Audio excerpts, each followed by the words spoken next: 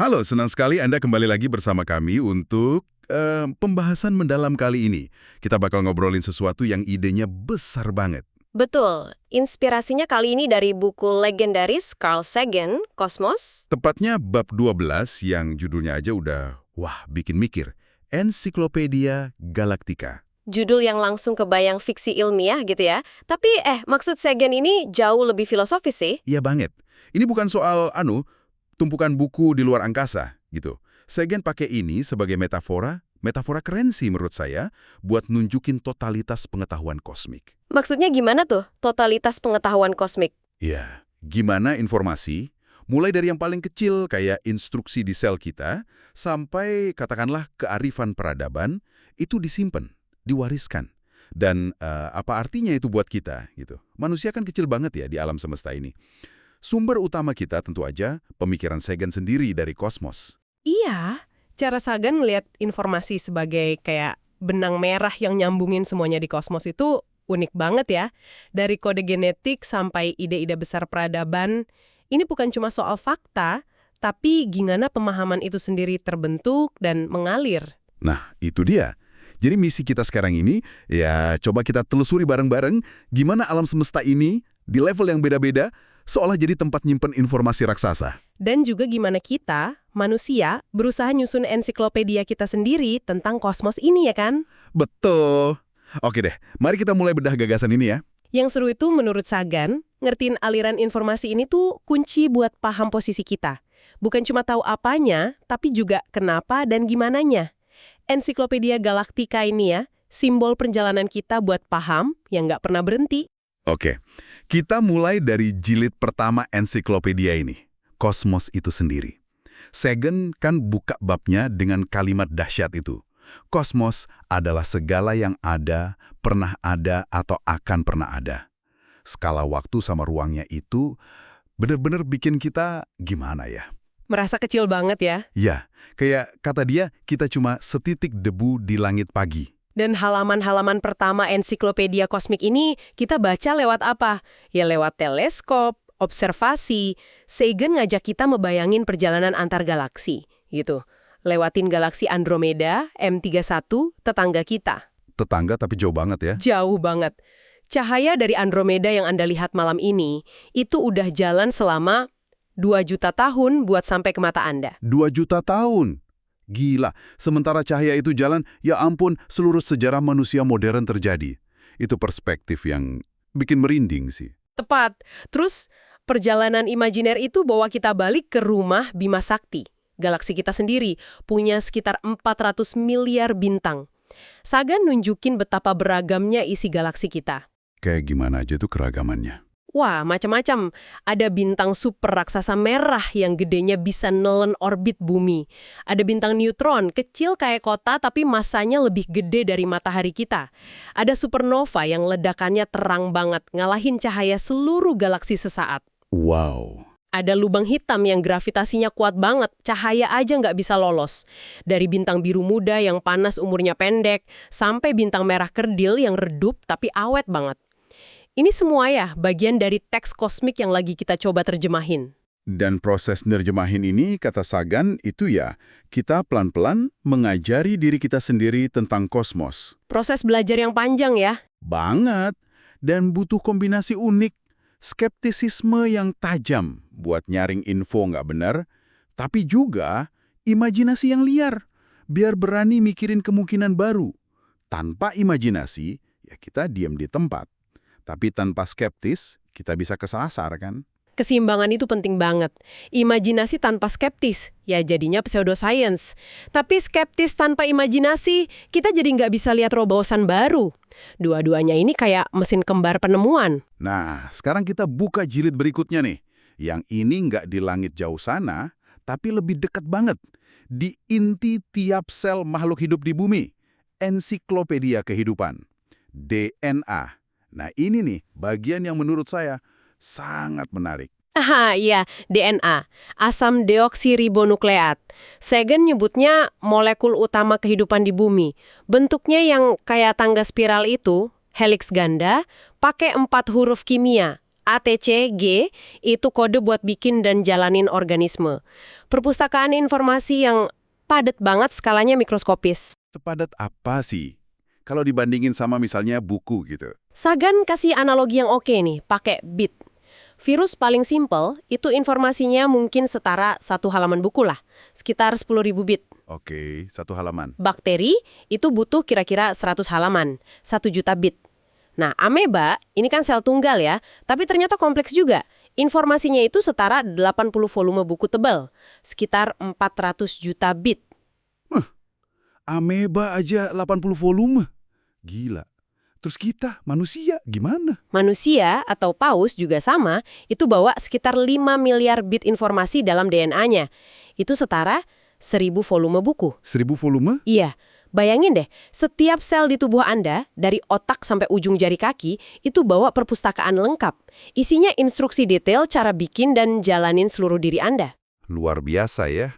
Jadi, perpustakaan DNA ini bukan cuma cetak biru, tapi juga nyimpen rekaman sejarah evolusi kita yang panjang banget gitu kan? Pengetahuan kuno, cara bertahan hidup, cara reproduksi, cara ngolah gula. Semua yang rumit-rumit itu badan kita lakuin otomatis aja. Tepat sekali, DNA itu arsip hidup evolusi. Butuh miliaran tahun loh proses coba-coba alamiah buat nulisnya. Sagan nekenin peran penting kematian dan waktu. Organisme yang kurang pas sama lingkungan ya mati. Sisanya yang punya variasi genetik lebih oke. Waktu yang panjang banget bikin perubahan kecil ini numpuk. Jadi, evolusi itu kayak editor yang sabar tapi kejam ya buat ensiklopedia DNA ini. Bisa dibilang gitu. Terus, ada lagi nih penemuan reproduksi seksual sekitar 2 miliar tahun lalu. Itu kayak revolusi percetakan buat DNA. Bisa tukeran paragraf halaman bahkan seluruh buku instruksi genetik antar individu. Jadinya laju evolusi makin cepet banget. Wah, mau cepat akumulasi informasi ya? Banget. Dan ada lagi yang menarik, sel kita sendiri, sel eukariotik yang kompleks ini, kemungkinan besar hasil dari simbiosis kuno. Mitokondria, pembangkit listrik di sel kita, itu dulunya mungkin bakteri yang hidup bebas. Oh ya. Sama kayak kloroplas di tumbuhan. Jadi, kayak kata Sagan, kita, masing-masing dari kita, adalah sebuah kerumunan, komune dari bagian-bagian yang dulunya mandiri, sekarang kerjasama jadi satu organisme. Kalau mikir gitu, konsep individu jadi beda ya rasanya. Benar-benar ngubah cara pandang sih. Oke, dari ensiklopedia genetik warisan ini, kita pindah ke jilid berikutnya. Yang ini lebih dinamis. Bisa kita tulis ulang sepanjang hidup, ensiklopedia pikiran, pusatnya di otak manusia. Nah, ini penting. Sagan jelasin, DNA aja itu nggak cukup fleksibel kalau lingkungan berubah cepat. Kita butuh sistem informasi yang bisa belajar dan adaptasi jauh lebih cepat. Dan jawabannya otak ya? Betul. Otak itu perpustakaan dengan kapasitas, jauh banget di atas DNA. Kalau info DNA tadi setara 1000 volume buku, potensi info yang bisa disimpan dan diolah otak manusia itu kira-kira setara 20 juta volume. 20 juta? Jauh banget bedanya. Iya, otak kita ini evolusinya berlapis-lapis, dari dalam keluar. Bagian paling dalam, batang otak, itu ngurus fungsi paling dasar. Detak jantung, napas, mirip otak reptil purba gitulah. Oke, lapisan dasar buat bertahan hidup. Benar. Di atasnya ada yang namanya R-kompleks, kompleks reptilian. Ini warisan evolusi kita yang lebih tua. Pusatnya dorongan kayak agresi, perilaku ritualistik, maksudnya pola kaku yang diulang-ulang, sama teritorialitas, dorongan buat pertahanin wilayah atau status. Wah, kedengerannya primitif banget ya. Kalau kita kan punya korteks cerebral yang katanya canggih nih. Seberapa besar sih pengaruh si sisa-sisa reptil ini di perilaku kita sehari-hari? Bisa nggak sih kita atasin cuma dengan sadar? Nah, itu pertanyaan bagus banget. Sagan bilang, kesadaran dari korteks cerebral itu kunci buat kita bebas dari dikte R-kompleks. Tapi ya, bukan berarti gampang ngelawannya. R-kompleks ini kan kayak jalur cepat buat reaksi, lawan, atau lari. Berguna banget buat survive zaman dulu. Masih ke bawah sampai sekarang ya? Masih. Makanya kita sering kan, kayak dibajak sama amarah tiba-tiba, cemburu, atau pengen pertahanin wilayah kita, fisik atau sosial, meskipun logika korteks kita mungkin tahu itu nggak sepenuhnya rasional di zaman sekarang. Ngertiin ada dan fungsi R-kompleks ini langkah pertama buat bisa milih respons yang beda, bukan cuma reaksi otomatis. Jadi, kenalin buaya di dalam diri kita, biar nggak selalu dikendalikan dia, gitu ya? Tepat. Lapisan berikutnya itu sistem limbik. Berkembang pesat di mamalia awal. Ini pusat emosi, ikatan sosial, kepedulian ke anak. Dan terakhir, lapisan paling luar, paling gede, paling baru, korteks serebral. Mahkota evolusi primata ya, terutama manusia. Betul. Tempat lahirnya bahasa, pikiran abstrak, analisis kritis, intuisi kompleks, kesadaran diri, seni, sains. Ya peradaban lah. Kayak kata Sagan, korteks serebral itu titik keberangkatan untuk semua perjalanan kosmik kita.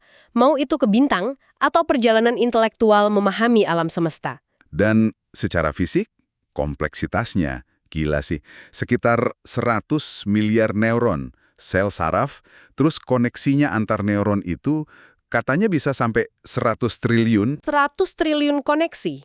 Pikiran kita, perasaan kita, kesadaran kita semua itu muncul dari pola aktivitas elektrokimia yang rumit banget di jaringan raksasa ini. Angka 100 triliun aja udah susah dibayangin, apalagi ngerti gimana itu bisa jadi pikiran. Itu masih jadi misteri besar sains ya, gimana materi fisik bisa jadi kesadaran subjektif? Banget. Dan menariknya lagi, ada spesialisasi fungsi di korteks. Otak kanan cenderung lebih jago ngenalin pola, intuisi, visual spasial, kreativitas gitu. Kalau otak kiri lebih ke bahasa, logika, analisis urutan, mikir kritis. Tapi dua-duanya nyambung kan? Nyambung lewat jembatan saraf tebal namanya corpus callosum. Dialog antara kanan dan kiri inilah campuran intuisi sama analisis yang bikin kita bisa paham dunia secara utuh. Dan yang paling penting nih, beda sama ensiklopedia DNA yang perubahannya lama banget, perpustakaan otak ini bisa kita isi, susun ulang, kembangin secara sadar sepanjang hidup, lewat belajar dan pengalaman. Nah, ini dia potensi pembebasan yang Sagan tekanin. Kita nggak ditakdirin buat kejebak selamanya di pola reptil atau emosi limbik aja.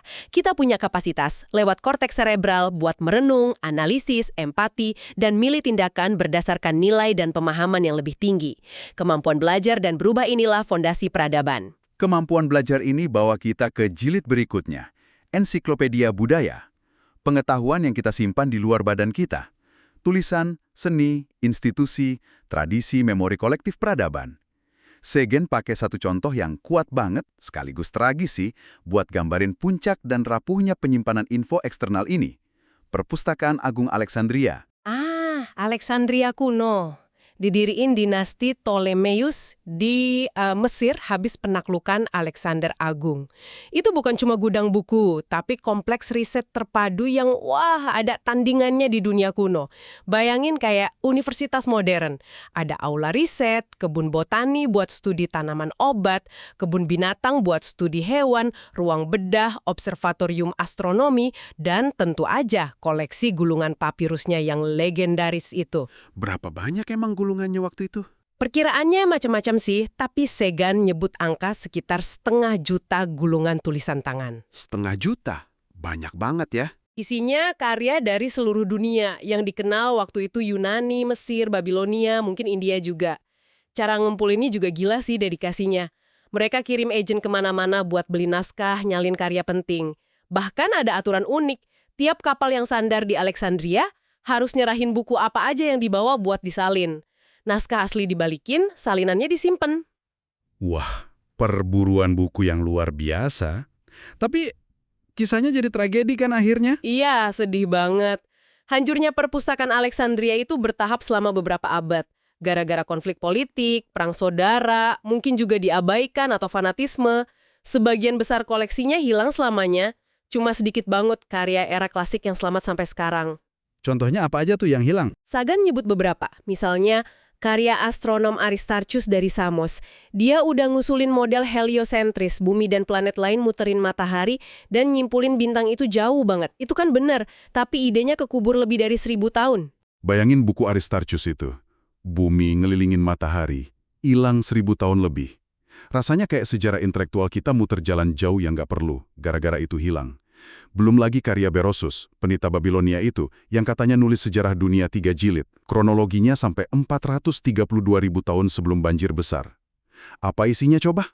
Kita nggak akan pernah tahu. Tepat, dan ini bukan sekedar cerita sedih masa lalu loh. Kehancuran Alexandria itu pelajaran penting banget tentang betapa rapuhnya pengetahuan kalau terpusat, dan betapa gampangnya peradaban bisa mundur. Nah, coba kita lihat zaman digital sekarang. Info emang banyak banget, tapi sebagian besar nyimpen di mana? Di server-server punya segelintir perusahaan teknologi raksasa. Benar juga ya. Itu kan rentan banget sama manipulasi, sensor, dihack, atau bahkan degradasi data digital yang namanya bit rot. Apa kita udah benar-benar belajar dari Alexandria soal ngejaga ensiklopedia kolektif kita? Pertanyaan ini relevan banget hari ini. Peringatan yang kuat dari masa lalu buat masa kini. Oke, dari Alexandria kita lompat sedikit ke masa depan penulisan ensiklopedia kosmik kita. Gimana kita terus nambah entry baru?